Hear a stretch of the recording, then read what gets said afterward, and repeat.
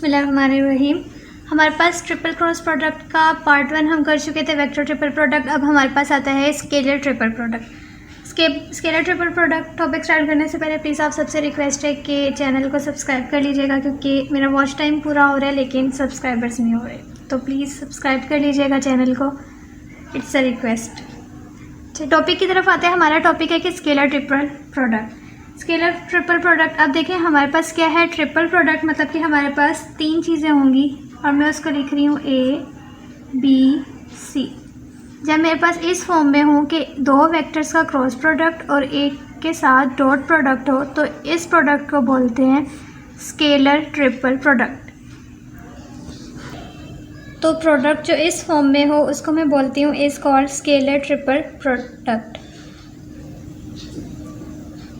हम scalar triple product को कैसे लिख सकते हैं? मैंने क्या किया है, स्केलर ट्रिपल प्रोडक्ट को मैं ऐसे भी लिख सकती हूँ, ठीक है, एज डिटर्मिनेंट की फॉर्म में। इसमें से मेरे पास ए वेक्टर क्या था, AX AY AZ, ठीक है। बी वेक्टर क्या था, मैं उन सारे वेक्टर्स को लिख देती हूँ। वेयर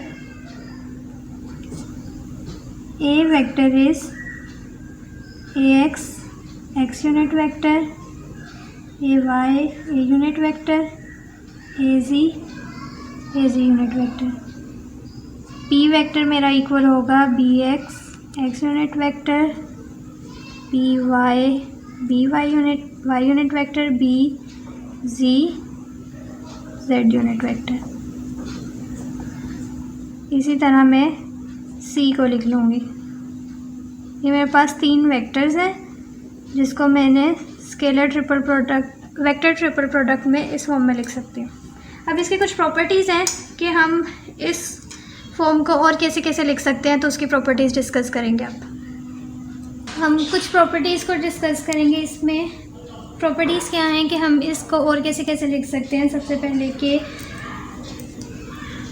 हम इसके डॉट को और क्रॉस को क्या एक्सचेंज कर सकते हैं, तो हम इसके डॉट और क्रॉस को क्या इस प्रॉपर्टी है इसके कि हम इसके डॉट और क्रॉस को आपस में एक्सचेंज कर सकते हैं। तो हम इसकी वो वाली प्रॉपर्टी को डिस्कस करेंगे कि इन STP dot and cross can be interchanged.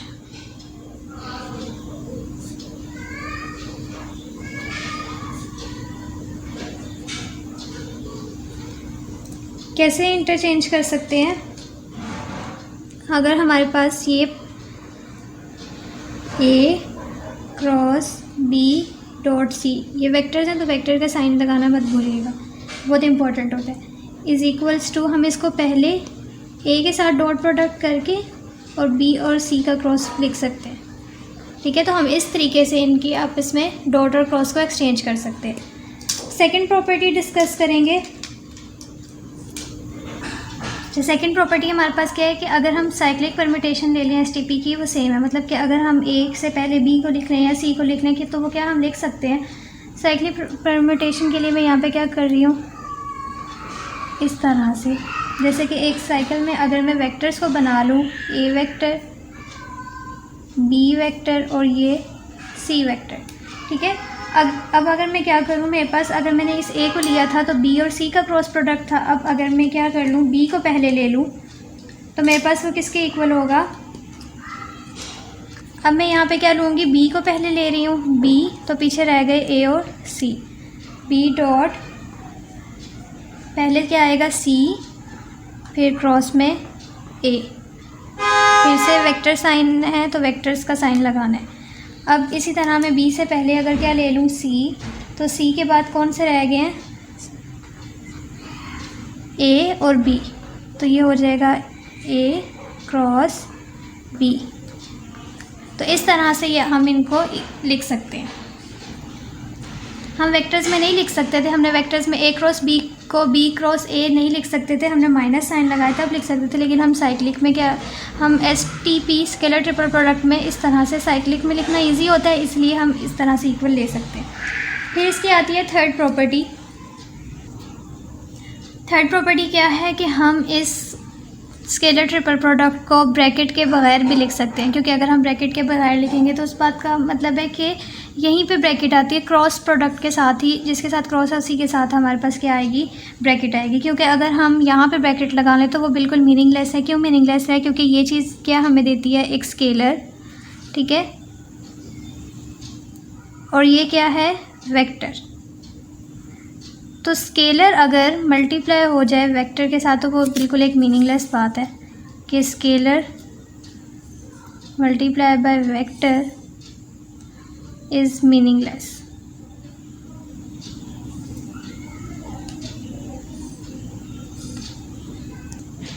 दो वेक्टर्स का जब हम डॉट प्रोडक्ट लेते हैं तो वो क्या होता है, स्केलर के इक्वल आता है। इसीलिए अब फोर्थ प्रॉपर्टी, बाकी इसके अलावा ये मैंने बताया कि हम इसको कैसे लिख सकते हैं, इसके अलावा बाकी जितनी भी डिटर्मिनेंट की प्रॉपर्टीज़ होती हैं वो सारी स्केलर ट्रिपल प्रोडक्ट पे लगती हैं।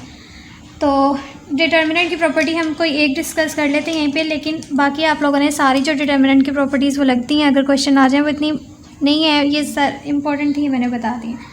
अब स्केलर ट्रिपल प्रोडक्ट हमारे पास ज़ीरो कब हो जाता है, अगर हमारे पास कोई दो वेक्टर्स जो हो जाए वो इक्वल हो जाए। हमारे पास ज़ीरो कब हो जाता है, अगर कोई दो वेक्टर्स जो हो जाएं वो इक्वल हो जाएं, ठीक है। ये डिटर्मिनेंट की प्रॉपर्टी है।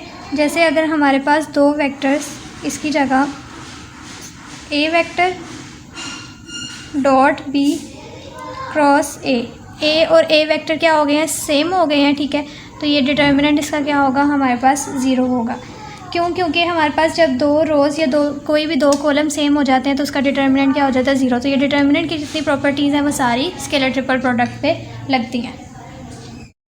हमारे पास आता है नेक्स्ट कि ज्योमेट्रिकल इंटरप्रिटेशन क्या है स्केलर ट्रिपल प्रोडक्ट की।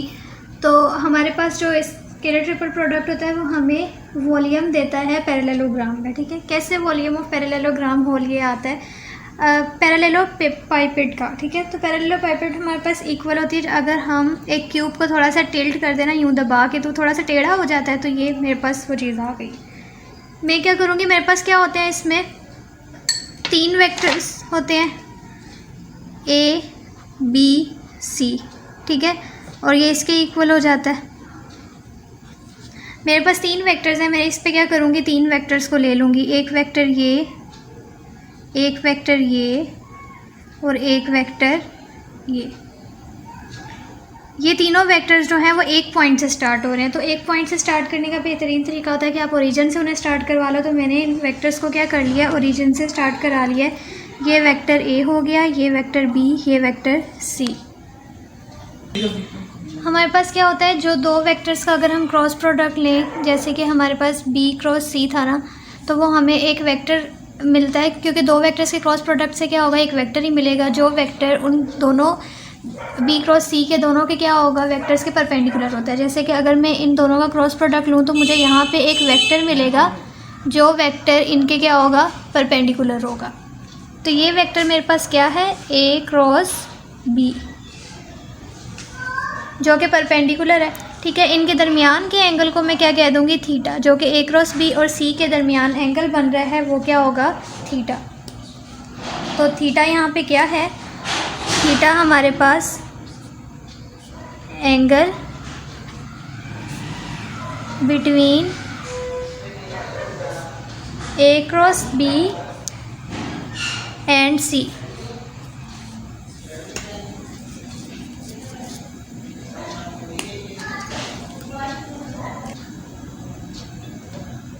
अब मैं क्या लिखूँगी, मैं इसको लिख सकती हूँ कि ए डॉट ये इस एंगल का अगर मैं यहाँ पे ड्रॉ करूँ ना, तो ये एक एंगल यहाँ पे थीटा बनता है, जिसको मैंने यहाँ पे नेम देना पड़ेगा, जो कि ये ए नेम हो गया, ये क्या हो जाएगा, बी नेम। अब मेरे पास A cross B dot C अगर मैं लिखूँ, क्योंकि एंगल किसके दरमियान है, सी और इसके दरमियान, तो मैं इसको ऐसे लिख सकती हूँ, ए क्रॉस बी का मैग्नीट्यूड, यूनिट वेक्टर साथ इसलिए जो सिर्फ यहाँ पे यूनिट वेक्टर आएगा जो सिर्फ इसकी डायरेक्शन दे रहा है कि ये परपेंडिकुलर है, और साथ में क्या है, डॉट सी, क्योंकि स्केलर है ना तो डॉट लगेगा। तो अगर मैं इसको हटाऊँ, ए क्रॉस बी का मैग्नीट्यूड, ठीक है, और ये u डॉट c मैंने अलग से लिख लिया। अब मेरे पास ये जो a क्रॉस b का मैग्नीट्यूड है ना, ये geometrical interpretation of cross product के अकॉर्डिंग ये हमें एरिया ऑफ पैरेललोग्राम देता है। ठीक है, तो मैं यहाँ पे लिखूँगी,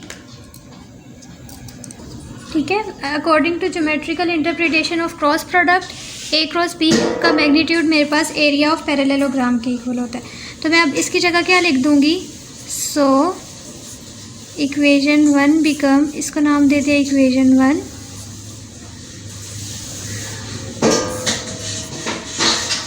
एरिया ऑफ पैरेललोग्राम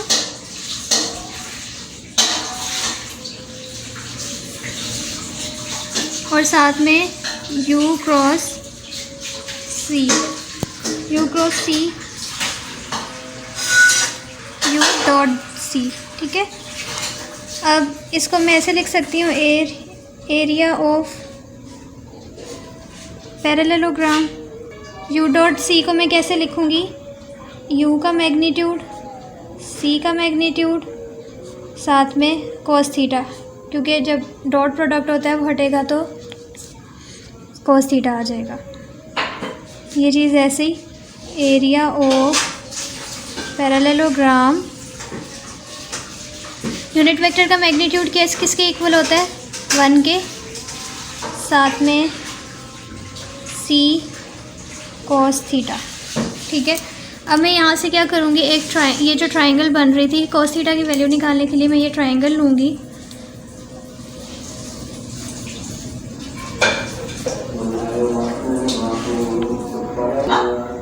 अच्छा, अब हमने क्या कर लिया, एक ट्राइंगल वही वाली ले लिए। ट्राइंगल में मैं क्या निकालूंगी, cos थीटा की वैल्यू, cos थीटा निकालूंगी यहाँ से।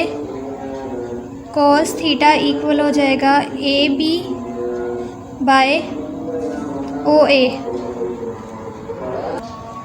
OA मेरे पास किसके इक्वल था, C के, तो cos theta is equals to AB by C। ठीक है, मैंने क्या निकाल लिए है, अगर मैं C cos theta is equals to AB लिख दूँ। अब मैं क्या करूँगी, इस C cos थीटा की जो वैल्यू थी ना वो इसमें डाल दूँगी। C cos थीटा किसके इक्वल आया है, AB के, तो ये इक्वल हो जाएगा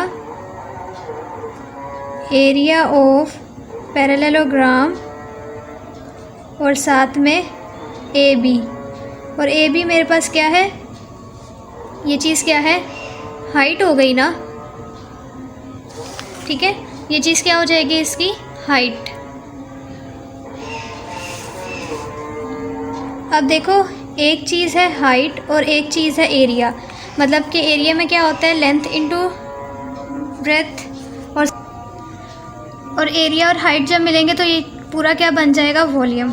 ठीक है, जिसमें एरिया विड्थ और हाइट हो गया, तो ये इक्वल हो जाएगा volume of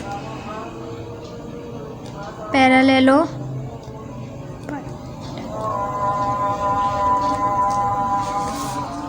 scalar triple product में सबसे पहले हमने कहा कि अगर हम 3 वेक्टर्स को इस फॉर्म में लिखें तो वो हमारे पास स्केलर ट्रिपल प्रोडक्ट होता है। फिर हम उसको डिटर्मिनेंट में इस फॉर्म में लिख सकते हैं। उसकी प्रॉपर्टीज़ बताई कि हम डॉट और क्रॉस को इंटरचेंज कर सकते हैं। हम साइक्लर प्रिमिटिव, मतलब अगर हमने ए को और बी को सी में इस तरह से लिखना हो तो हम इस फॉर्म में लिखेंगे। अगर हमने ब्रैकेट नहीं लगानी तो हम इस फॉर्म में लिख सकते हैं। स्केलर और वेक्टर मीनिंगलेस बात है।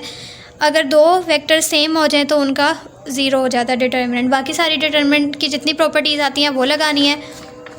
नेक्स्ट आती है हमारे पास ज्योमेट्रिकल इंटरप्रिटेशन। ज्योमेट्रिकल इंटरप्रिटेशन ये है कि आपके पास जो स्केलर ट्रिपल प्रोडक्ट होता है वो हमें वॉल्यूम ऑफ पैरेललोग्राम देता है, और ये हमने सारा प्रूफ किया है कि किस तरह से देता है। हमने सबसे पहले क्या किया, हमने बी क्रॉस सी कहा कि अगर 2 वेक्टर्स का हम क्रॉस प्रोडक्ट लें तो जो तीसरा वेक्टर आता है वो परपेंडिकुलर होता है उन 2 वेक्टर्स के। ठीक है, फिर हमने इनका ऐसे डॉट प्रोडक्ट करके लिखा और यूनिट मैग्नीट्यूड को हमने 1 लिया और ये इस ट्रायंगल को लिया, कोस थीटा की वैल्यू डाली और हमारे पास ये प्रूफ हो गया।